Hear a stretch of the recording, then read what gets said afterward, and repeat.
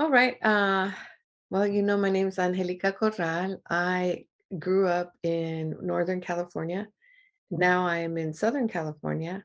Um, my mom's from Mexico, and my dad's born here in the United States. Hello and welcome to Obehi Podcast. I'm your host, Obehi A14, and I strongly believe that everyone has a story to share. Now let's get started with this episode.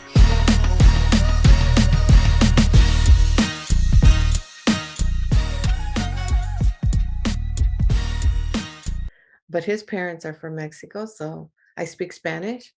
But I'm also learning Swahili because I got friends in San Diego that speak Swahili from Kenya.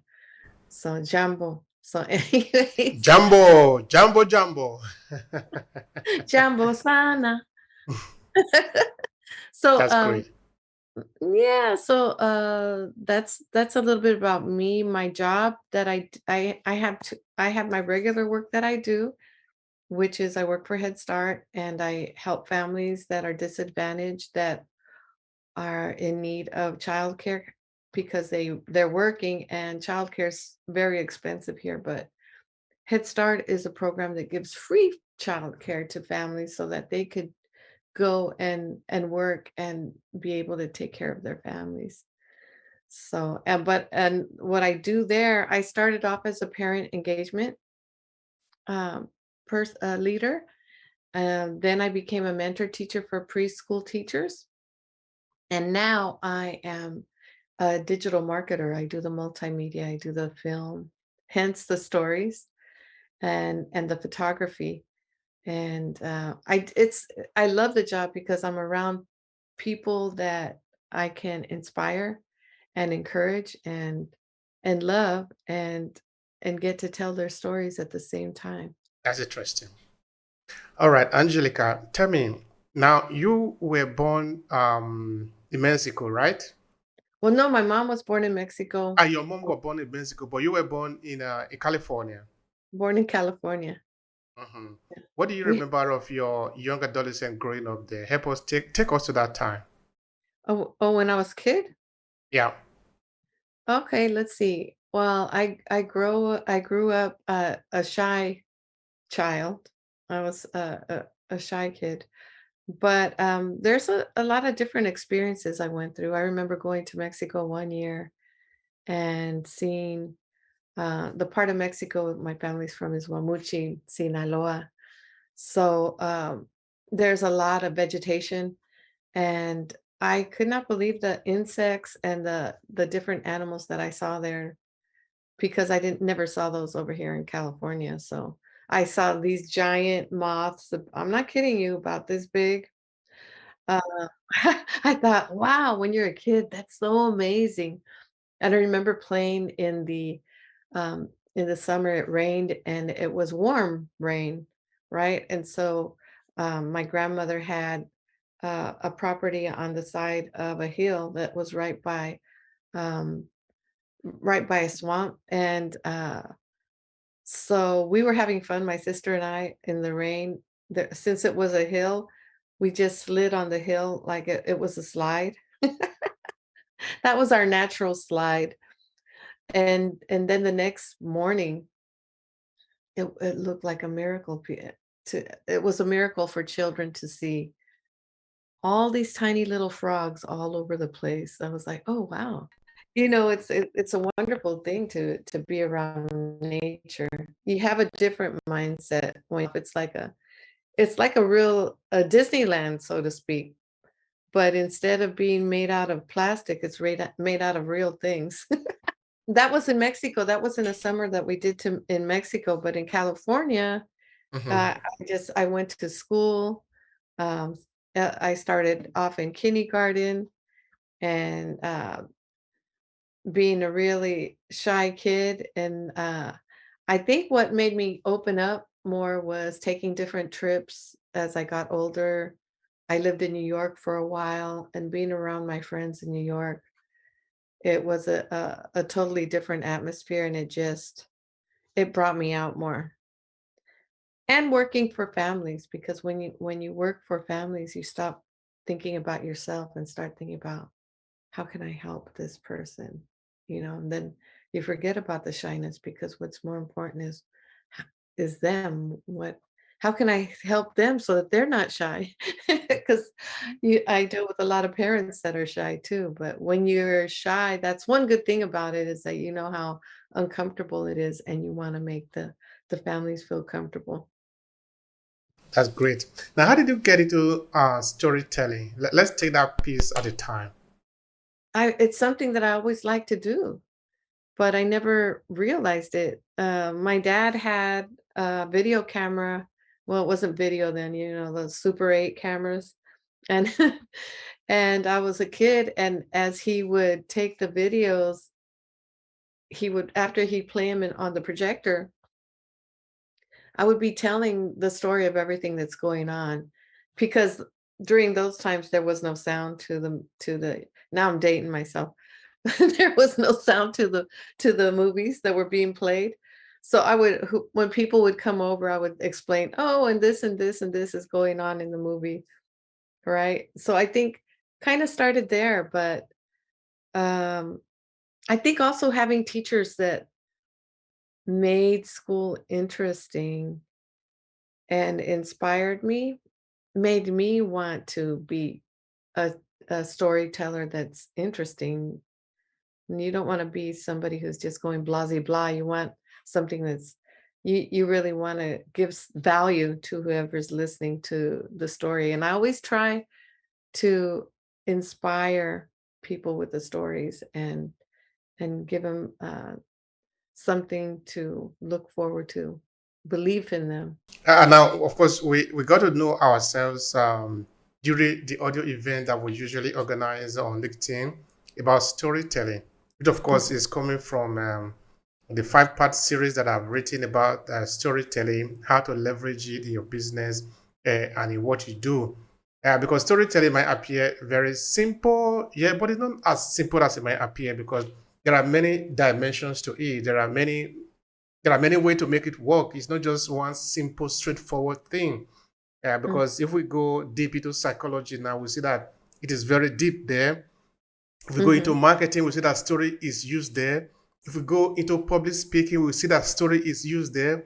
If we go mhm, into communication in wise, we see that story is. If we go into religion, we see that story is. There is no way story is not used, which means that story must be deep, which means that there must be way to tell story that make it work.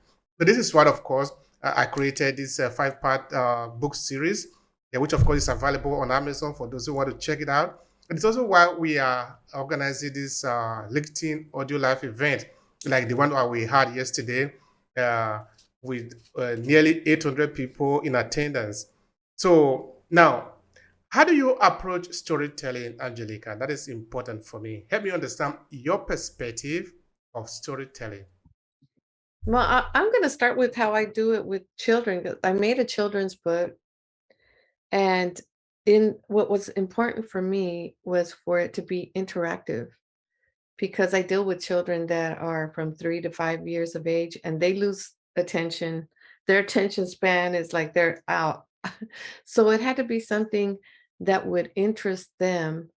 So when I tell the story in from my book, I had things coming out of my book. So it's about a pirate, right? And it's about treasure.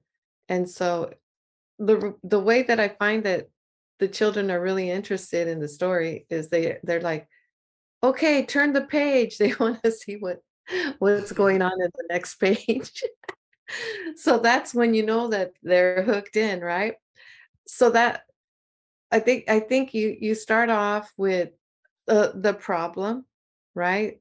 And the character, and they're in search for a solution, right? And that's in for this for the children's book, that's that was the case. But I think you also need to make the solution. You need to season it with salt and not just make it, oh, well, this is a solution, blah blah blah blah, right? So when you make the whole experience interesting, which I think in the book it does because each page, they have to take something out of the book, right? So they're surprised. So there's an object of surprise, right? That makes it interesting. And having them and having them interact with you, not just reading it, but actually asking the children, "Hey, so what do you think? Do you think that he's going to find the treasure on the next page? Or do you think that we're close to the treasure? What do you think?" And then and then when they take out the object, I I say, "So what is that?" And they'll say, "It's the parrot, it's the parrot." So you have all the children participating, and of course, "You're right, that is the parrot." So so you make it exciting in the way that you speak about it, but at the same time, you encourage them so that they can keep on participating. Yeah, and you say, "Thank you for that, for sharing that comment. That was awesome." And then I just love the faces on the children's when they are excited and when you see that they're getting it and when you're making the experience something that's memorable. Are you trying to encourage them to talk, or are you, even though them what they are doing might not necessarily be very interesting, you don't pay attention to that. You just like, okay, you are good, you are ongoing, that is fantastic, your response is good. You just say all that, or do you really stay honest? When the response is good, you say it's good. When the response is bad, you say it is bad. So try to understand how you balance that delicate line. Oh, whenever when the response is wrong, I just don't focus on it. What I'll do is I'll say, "Think about it. Let's think about it. Look at it closely." And then somebody else will say what the answer is. But I won't say that's the wrong answer because then they're not gonna wanna answer again, right? So, I'll just, it's all about relationships, and with children, if they want to continue learning, you build a relationship with the children first. And, well, I love kids anyways. I love people and kids, so it's natural for me. But I think it's so important to start early with them because they're so tender and they're affected really easily by things around them, and we have a chance to mold them to be positive and happy children.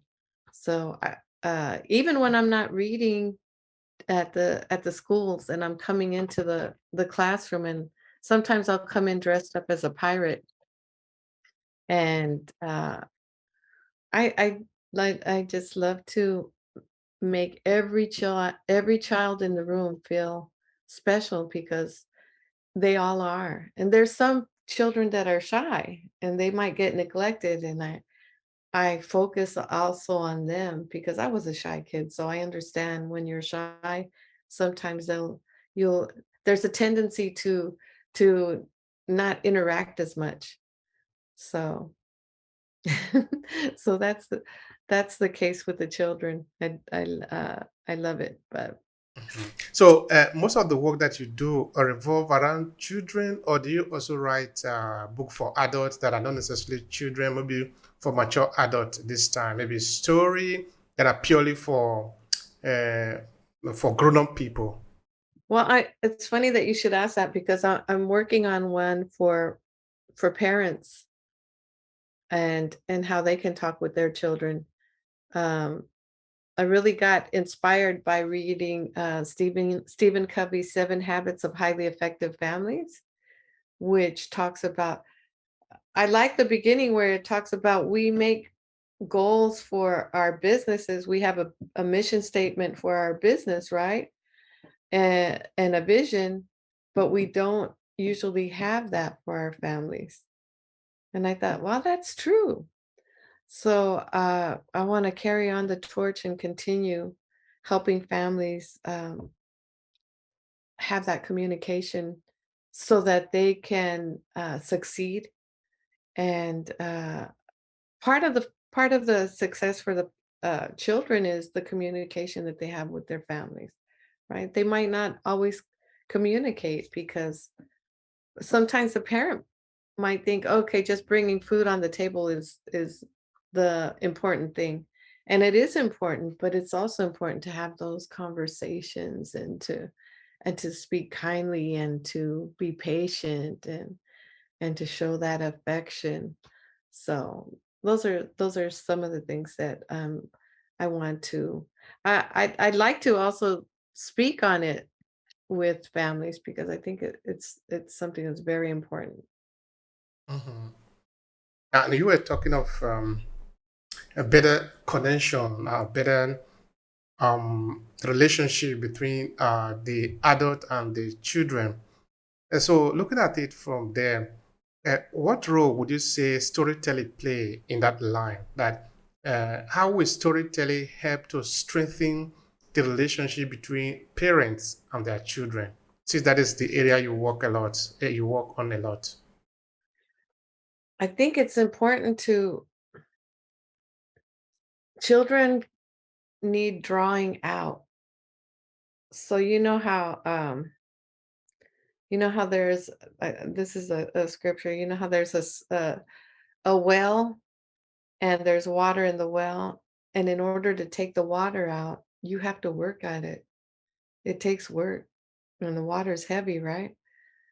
So that's the way that we got to draw out the communication from our children. So I think storytelling is important in that because we could just tell a child something that they need to do, or we could give an example of what happened to this person because they didn't do it or because they did do it. And so that will stay more in the mind of the child. And another thing that I think is important in storytelling is asking questions because questions are what make people think, make children think as well. Mhm. All right. Now, looking at the type of story that children might like to hear, because yet sometimes the children don't really choose the story that they are offered to as children. In most of the cases, because sometimes they do. But now let's pretend that children are the one that are choosing the kind of story they want to listen to, or read, or hear, or watch in the movie. What kind of story do you think they would like to associate with or like to consume, as it were? They like all kinds of stories, but I've seen them. They like the Dr. Seuss stories. They like the rainbow fish story. They like brown bear stories. So these they are all different types of stories. Um, my son liked he liked where the wild things are. And this is the funny thing. My son's 25 now and he goes, I remember when you used to read that book to me, mom. So kids remember stories and they'll pick the stories that they want to read. So those type of stories, so the repetitive stories with rhyming are some of the stories that children like. And I like my book is a rhyming book as well. Um, they like funny stories. So if it's a funny story, they'll like it as well. Um, that there's a book called No, David, and it's about a kid that's always getting in trouble doing mischievous things. They like that one too. So so there's just a lot of different types of stories and it also depends on the age.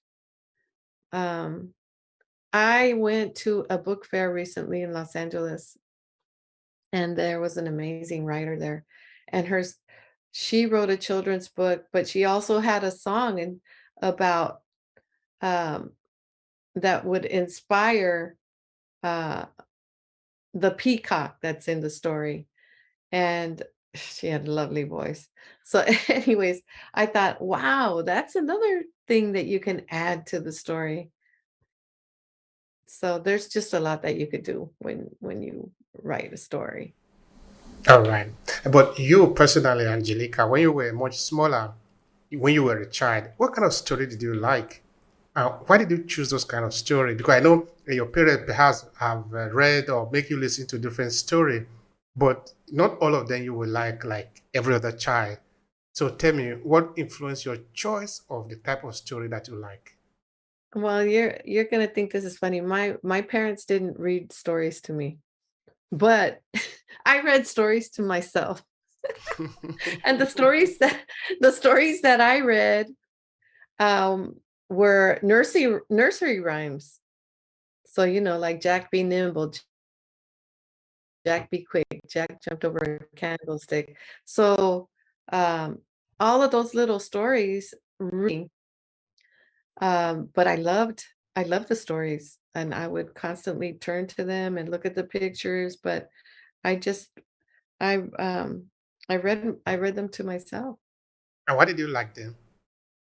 Why did I like them?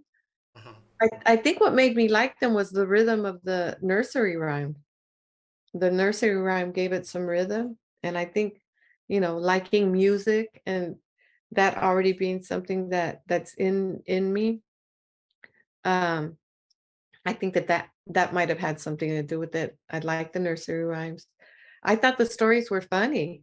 Sometimes they didn't make any sense, but I think a lot of them, like Mary, Mary, Quite Contrary, I hear that there's a subliminal message behind that. I don't know if it's true. London Bridge is falling down. We didn't know what the real story was about it until after, like, after I got older, I got to see, oh, so that's because London Bridge was actually coming apart. So, yeah, but I like them, I think, because I like the rhyming. I really think, because when I think about it, and, when you go around ring around the rosy, you're doing like a little dance. That was another one that we liked, and I think the participation with your friends doing that also made it interesting. Uh-huh. And you don't touch something there that sometimes we might not pay attention to, but sometimes it's always there, which is the hidden message behind the message. Okay, the subliminal message. That is how you put it. No, it Mhm, has sometimes when you look at a story or when you look at a piece of art, sometimes it's in the open for you, but there is a deeper message inside of it, a different layer of it that you do not understand. mhm, Sometimes it is meant for you to understand. Sometimes it is not meant for you to understand the way you might understand it. Sometimes you might be asking, but why did they even do that? Where is inviting you to participate? This is a game, and the writer and the reader are supposed to participate in it. But the question really is, when we are doing this as writers, are we really conscious of what we are doing, or we are just like there is a film production in Nigeria, a kind of telenovela called Wale Adenuga Production. In one of their series called This Life, at the end of the series, they will say, uh, "We are pencils in the hands of the maker." And that is how sometimes we artists are. That sometimes we are just like the town crier. Sometimes the message that we are passing are not only our message, they are coming from far beyond us. But we are just the channel through which those messages come. So that sometimes we don't even understand it deep enough ourselves. So that is why I'm sort of trying to tickle with the question whether we are really conscious of that subliminal message that is in our content creation, or we really did want to put it that way. Let me understand it. I try to be. Um, I try to make sure that the message I'm giving is an inspirational one, but one never knows, right? Sometimes people might take something another way, but I feel it's important to write something that's going to resonate with people, but also maybe bring them some laughter or also make them really think about their lives and and how to make it better, how to be more successful. All of us, I think most of us are conscious of what we're writing because we want to write something that's going to be beneficial, right? So I would say that we're conscious of what we're writing. Um, we just need to. I think it's important to realize that we are role models. Just like you know how they have the sportsmen and all the and famous celebrities, everybody that's out there on the stage are all role models, and I want to be that role model that is going to be positive, inspirational, and uh, and bring some happiness to this world. How did you get into filmmaking? Because you are not just a storyteller in the sense of writing, but you are also into filmmaking, correct? Yes. Okay, first help me understand which part of filmmaking are you? Are you the actress? Are you the designer of the art? Are you the writer of the script? Are you the editor? Help me understand what is your role in the filmmaking. Well, honestly, Obehi, I do it all. I do it all because I've done.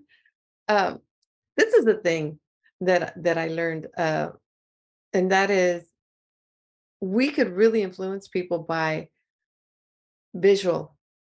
People are really influenced by what they see, and I thought I want to influence people in a positive way, but I thought, oh, it's impossible because I don't live in Hollywood, and and it's would be too much money and this and that. But now with independent film, it made it possible for me to write my stories, write the scripts, find the actors, and even do some acting, do the film, actually shoot the film, edit the film, and and then put it out so that it plays at a theater. So it's so much easier to do that now. So yeah, I do it all, but I try not to be the one that does it all because when I'm working on a film, I have a team of people now that I work with. Before I used to do like the 48-hour film festival that you have to do really fast. You have only 2 days to make your film. So I did mostly everything because I didn't know any other people that knew how to do it. After I started meeting other people now, I'm working with other people. But one of the reasons that I felt it was so important to do that is one time I was talking to my niece Jackie, who's very, very creative and she writes poetry. And I told her, let's make a reggaeton song, like Bad Bunny song. But I said, but let's make a positive reggaeton song. And she looks at me and she goes, Tia, which means auntie. She says, Tia, that's not real. That's not. And then I thought, your reality is what you make it. So we just gotta make it. So so the thing with her, what I realized with her is that she didn't see that it could happen. She wasn't around the positivity to see that that could happen, right? And so that's why I want to bring those messages out there so that people could, when they see it, they could see, yes, this can happen. This can happen for me too. Angelica, what is it that you really enjoy more in the filmmaking experience? Is it in the directing, in the scripting, in the editing, in the promotion. Tell me a little bit about that. Which part of it do you like most? It's that's really hard to say because I love all of it. I really do. I love all of it. Writing the story. I think it's what I love though is the collaboration process. Because in this last film that I made a time travel film. I collaborated with a few other people that are very artistic. Like I have a friend that used to that was the founder of the San Diego Repertoire Theater, and he's very much into the Renaissance. Um, and so getting input from him and making a few tweaks, and also from a friend of mine who's an attorney. He's very witty, right? And so he was also contributed to the film and made it really interesting. So I like the collaboration in writing, but I love the collaboration in acting. What one thing that I learned in directing is that it's important to be patient, but then I could understand why people are not patient as directors because people don't show up or they come really late and they make everybody else wait.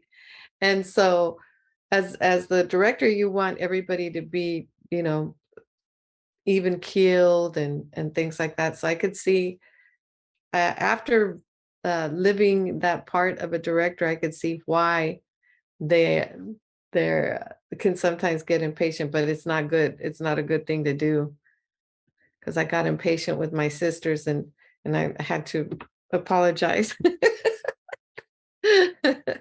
But I think because they were my sisters, they thought, "Oh, yeah, let me just come an hour late." And we were on a timeline. We had a deadline that we had to do. So, but And when they come late like that, and they are not like the hired crew, they are part of the family. What do you do to them? How do you work with them in a situation like that? well, I mean, there's nothing I could do if they're already there late. So I have to deal with it and just ignore it and just keep the whole flow going at an even keel because if there's any negativity while you're doing the filmmaking, it affects the whole crew, right? And we want this to be an enjoyable atmosphere. So it's important to make sure that there's a sense of appreciation for everybody that's there and uh and really demonstrating kindness and love to everybody that's there. So that's the important thing. But nobody's perfect, and I will admit that I have made mistakes, but I've learned from my mistakes. And yeah, so All that's right. important. Yeah, we all make mistake. Who is perfect? That is a human nature. That's my story of vulnerability for the day. You remember yesterday? That was the thing we actually talked about in the audio room yesterday. That when we are telling story, we need to allow ourselves to be vulnerable. We need to realize that the people that we are talking to, they are not generated from computer. They are human beings too. Tell them when it hurts you too. Tell them if you did cry sometime, show them that sometimes you do cry too. You are Yeah. a human being.